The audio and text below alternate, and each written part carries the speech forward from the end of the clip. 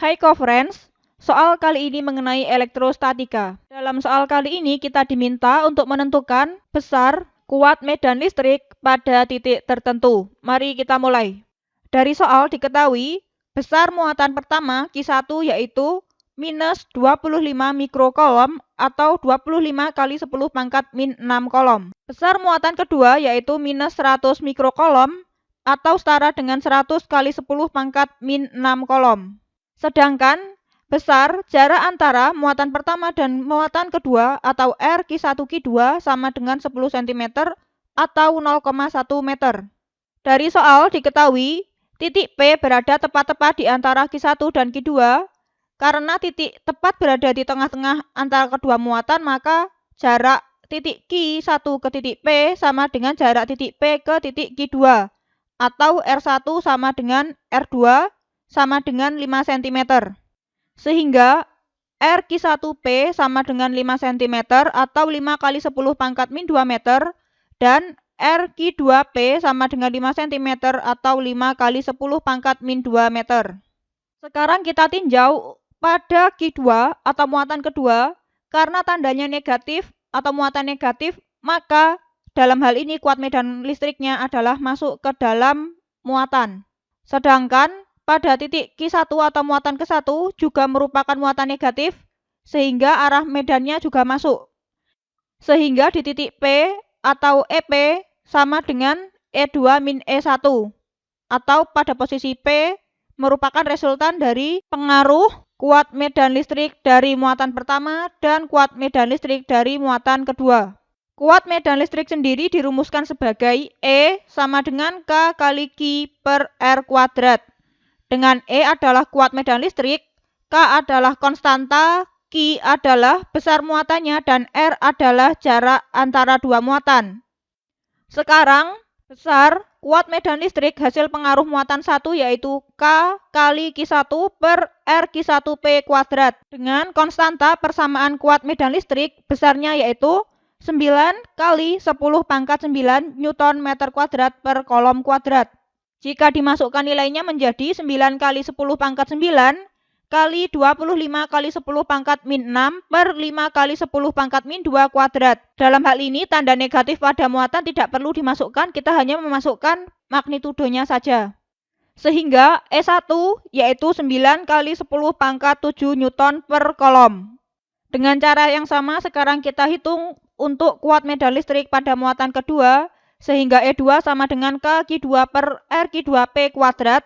Jika kita masukkan nilainya menjadi 9 kali 10 pangkat 9 kali 100 kali 10 pangkat min 6 per 5 kali 10 pangkat min 2 kuadrat, hasilnya yaitu 36 kali 10 pangkat 7 Newton per kolom. Sehingga besar muatan di titik P yaitu EP sama dengan E2 min E1 sama dengan 36 kali 10 pangkat 7 min 9 kali 10 pangkat 7 sama dengan 27 kali 10 pangkat 7 Newton per kolom. Selanjutnya, soal B, letak titik R di mana kuat medan listriknya sama dengan 0. Agar kuat medan listrik di suatu titik adalah 0, maka medan listrik pengaruh dari muatan pertama dan kedua besarnya harus sama. Atau untuk ER sama dengan 0, maka E1 sama dengan E2. Atau agar kuat medan listriknya sama dengan 0 atau ER-nya sama dengan 0, maka muatan pertama dan muatan kedua harus memiliki resultan yang arahnya berlawanan. Di mana kuat medan listrik yang nilainya adalah 0 posisinya selalu mendekati besar muatan yang memiliki nilai muatan kecil. Atau dalam hal ini adalah Q1 yang nilainya adalah 25 mikrokolom. Jadi kita buat dua titik, yang pertama berada di kanan Q1 dan titik R yang kedua yaitu berada di kiri Q1. Karena Q1 dan Q2 sama-sama bermuatan negatif, maka arah kuat medan listriknya sama-sama masuk. Sehingga titik R yang berada di kiri Q1 resultannya adalah searah, sehingga nilainya ditambah dan tidak mungkin menjadi 0.